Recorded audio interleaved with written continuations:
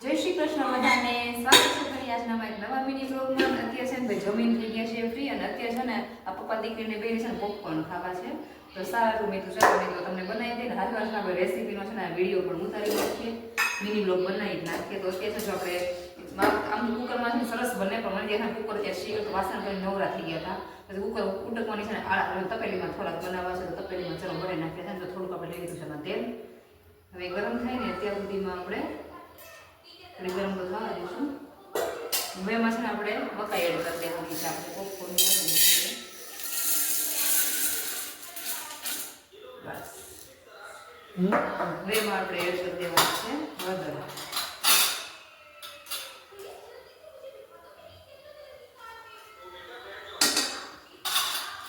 પછી એમાં કરી દેવાનું છે આપણે મીઠું.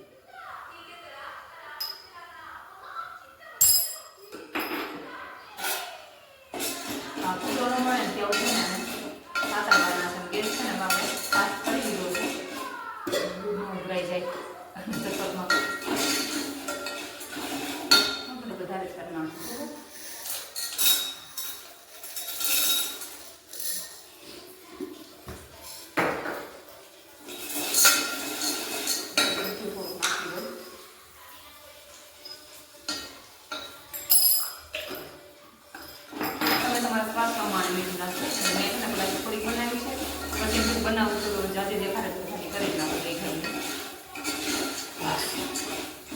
ઘડી છે ને આ ફૂટે નહીં ને ત્યાં છે ને ઘડી આમ તાકાવાના ધીમા આપણે. હવે છે ને આ જો આગળ ફૂટવા માંડી છે ને, હવે આપણે કરી દઈશું એને બંધ. છે ને કુકરમાં નથી ને તપેલીમાં કરી છે એમાં છે વજન રાખી દઈશું. પેલા પ્રેશરમાં છે ને આપણે બીજી જાય થોડી વધી ગઈ ને, એટલે આમ તો વજન છે ને છતાં ડીશ ઉપર આવી ગઈ. બોલો આવું કઈ ખ્યાલ થઈ ગયો છે? એક રેસીપી આપવાનું બની થઈ ગઈ છે તૈયાર. ગેસ વેસ બધું જ ભરે ગેસ બંધ. હવે ગેસ બંધ થઈ ગયો. આમાંથી વજન ન મીઠું હોત ને ડીશ ઉલાડી દીધું આપણે.